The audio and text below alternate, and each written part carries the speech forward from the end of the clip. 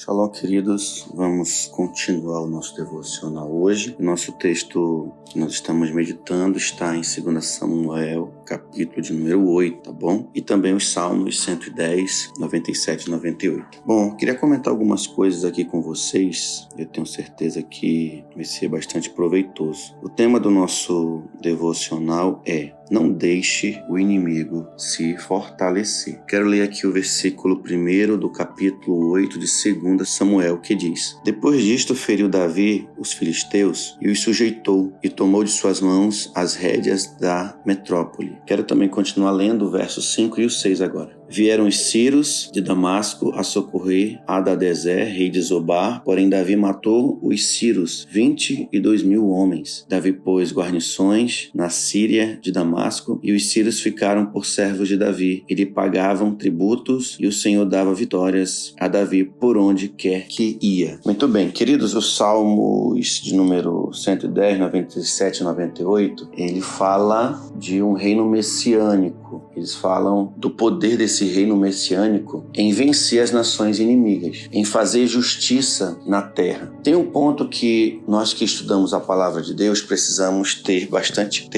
diante de nós de forma bastante clara, que é o seguinte: quando nós vemos essas guerras, essas lutas, essas batalhas, muitos de nós podemos pensar por N, digamos assim, visões e percepções. Por exemplo, quando existe uma guerra, se nós pararmos para analisar, a guerra nunca é boa para ninguém. Nós sabemos que morrem pessoas inocentes, morrem crianças, morrem idosos, mulheres, enfim. E também na guerra também existem injustiças, ou seja, todo o aspecto de uma guerra nem sempre é algo que é justo. Isso aí é uma forma de ver a guerra. Agora, quando nós temos uma percepção da guerra, da forma como Deus permite e porque Deus permite e o que Deus quer com a guerra muitas vezes, talvez a nossa percepção ela seja um pouco melhorada, apesar, como eu disse, que a guerra, eu creio que ela nunca é boa, ela sempre traz muitas tristezas. Dentro do contexto bíblico, essas guerras que existem, elas têm alguns propósitos. Dentre esses propósitos, acho que um dos principais é justamente a justiça de Deus. Todas essas nações, elas estavam se opondo ao reino, se opondo a um projeto e um propósito de Deus. Isso, de forma direta ou indireta, elas eram opostas. Todas as nações, quando Deus implantou Israel ali na terra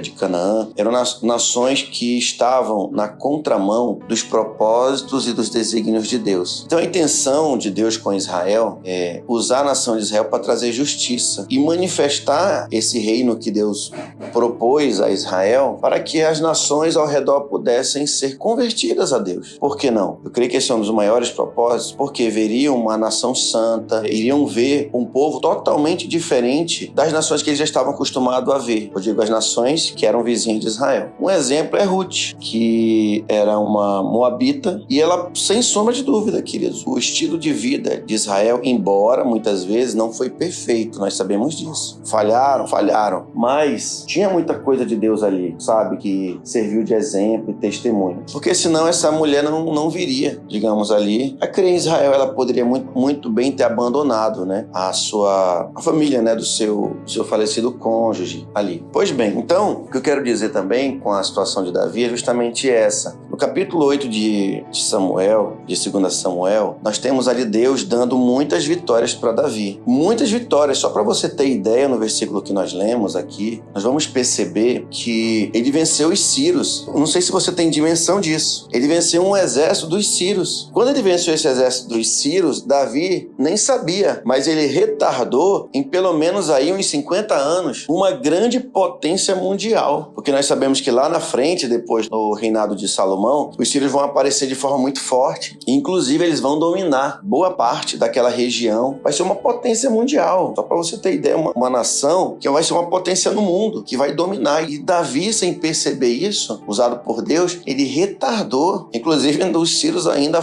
pagaram impostos para Davi. E diz o texto que por onde Davi ia, Deus dava vitória para Davi. Você vê a potência do reinado de Israel. Então isso, diz aqui, ouvindo Toi, rei de Ramá, Ramate, né, que Davi derrotara o exército de Hadadezer, ele mandou seu filho Jorão levar presentes, ouro, prata, bronze, né, para Davi. Isso mostra o quê? O reino de Deus, representado por Israel naquele momento, vencendo o mal. Porque, veja, lembra da percepção que eu falei no início do áudio? As nações, na verdade, elas não querem saber de Deus. Israel, querendo ou não, ele era um sinal de justiça de Deus. E embora eles não fossem perfeitos, embora eles tivessem muitas falhas, deixassem a desejar em muitos momentos, e até em muitos momentos viravam as costas para Deus. Mas apesar disso, era a nação que Deus escolheu para trazer justiça.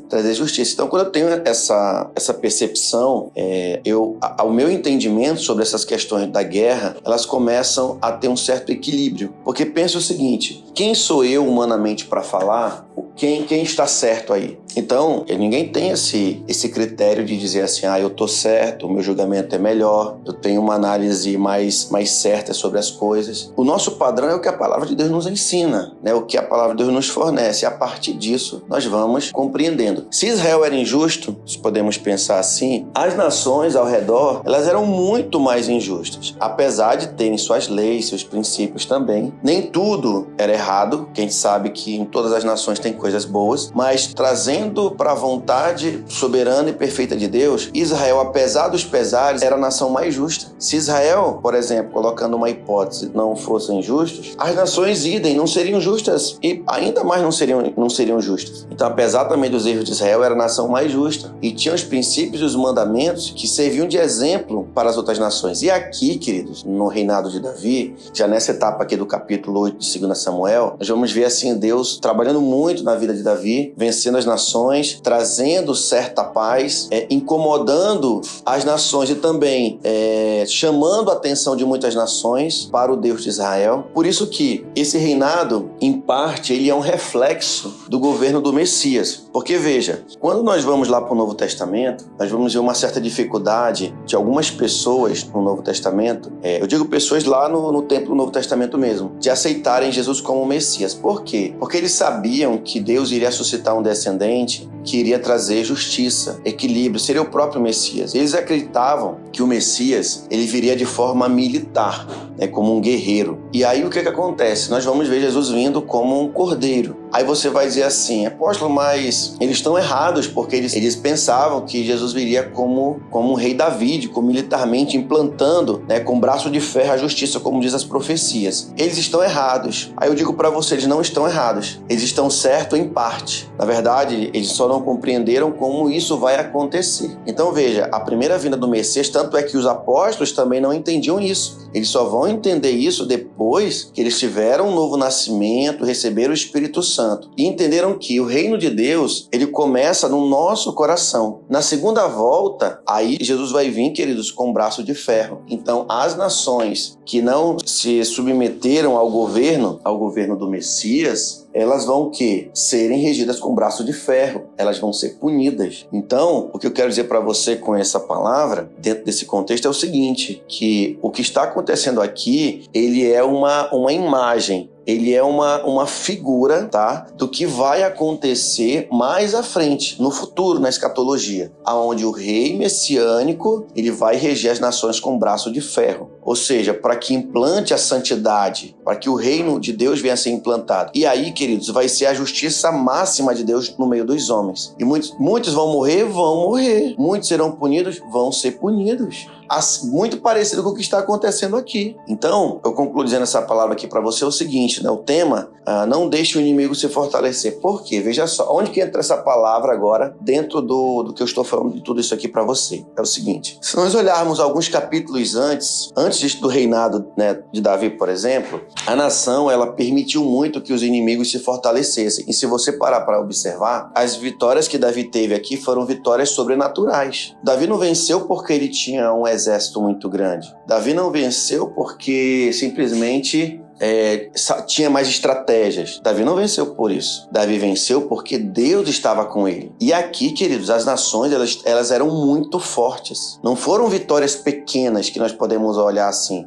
Parece que aqui não houve grandes milagres, parece que foi só lá no Mar Vermelho que Deus abriu o mar. Nossa, a gente fala assim, poxa, ali que foi um grande milagre de Deus. Mas na verdade, não apenas lá, mas aqui também. Davi venceu inimigos que militarmente ele não conseguiria vencer. Não existiriam estratégias que poderiam dar vitórias para Davi. Se nós pararmos para observar, Davi teve grandes vitórias, mas foram vitórias nos quais Deus estava com ele, e diz o texto que Deus dava vitórias para Davi. Então, aonde que eu chego com o tema dessa palavra, não deixe o inimigo se fortalecer? Porque quando nós vencemos uma batalha contra o maligno, contra a nossa carne, contra o mundo, nós precisamos nos manter cada vez mais fortes. E como que eu não permito que o maligno ganhe força, se fortaleça? Quando eu estou cada vez mais forte. Então, quando eu estou cada vez mais forte, ainda que o maligno se fortaleça, eu não vou permitir que ele se fortaleça ainda mais do que eu, porque eu vou estar mais forte. E como é que eu estou mais forte? Quando eu me apego em Deus, me fortaleço em Deus. Eu luto todos os dias, é uma batalha contínua contra o mal. Quando eu não permito o maligno, o inimigo se fortalecer, é porque eu estou cada vez mais forte. E não é apenas no exército, como aqui militarmente falando, mas justamente a minha vida que eu procuro ter com Deus, através de uma devoção sincera, ter humildade para reconhecer as minhas dificuldades, colocar diante de Deus a minha dependência, entender quem são os inimigos que estão ao meu redor. Então, Davi se fortalecia em Deus, Deus dava vitória para Davi,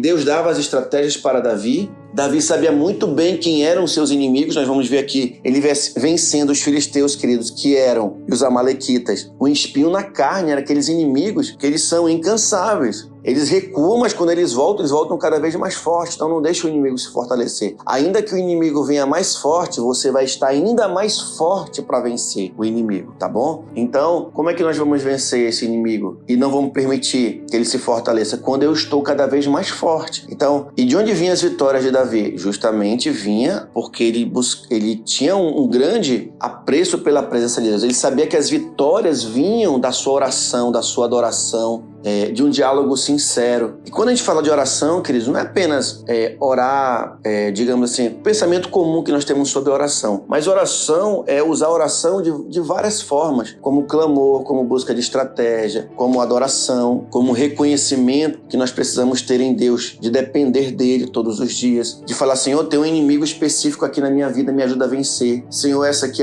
eu vou ser sincero, eu cometi esse pecado. Então, isso são batalhas que nós vamos vencendo todos os dias. Amém? Então eu deixo essa palavra para você, que um dos segredos, de tudo isso que Davi tinha realmente era a sua profunda dependência em Deus. E isso era uma coisa gradativa, não foi automático que Deus foi dando as coisas para Davi. À medida que Davi buscava, à medida que Davi se posicionava, à medida que Davi ia evoluindo na presença de Deus e crescendo, mais Deus ia estabelecendo seus propósitos na vida de Davi. Amém? Então, fique na posição, fique firme, continue buscando, não deixe o inimigo se fortalecer. Ainda que ele se fortaleça, você vai estar ainda mais forte. Nós vamos ver que, por isso que mais na frente você vai ver que os inimigos de Israel, mais lá na frente, eles vão acabar ganhando batalhas depois contra Israel. Por quê? Porque os posteriores reis de Israel, à exceção de Davi e Salomão, eles vão ser, algumas exceções, como Josafá, Ezequias, entre outros pouquíssimos reis, eles vão virar as costas muitas vezes para Deus. E aí, quando eles vão virar as costas para Deus, aí que você vai perceber que eles vão perder muitas batalhas. Amém? Então,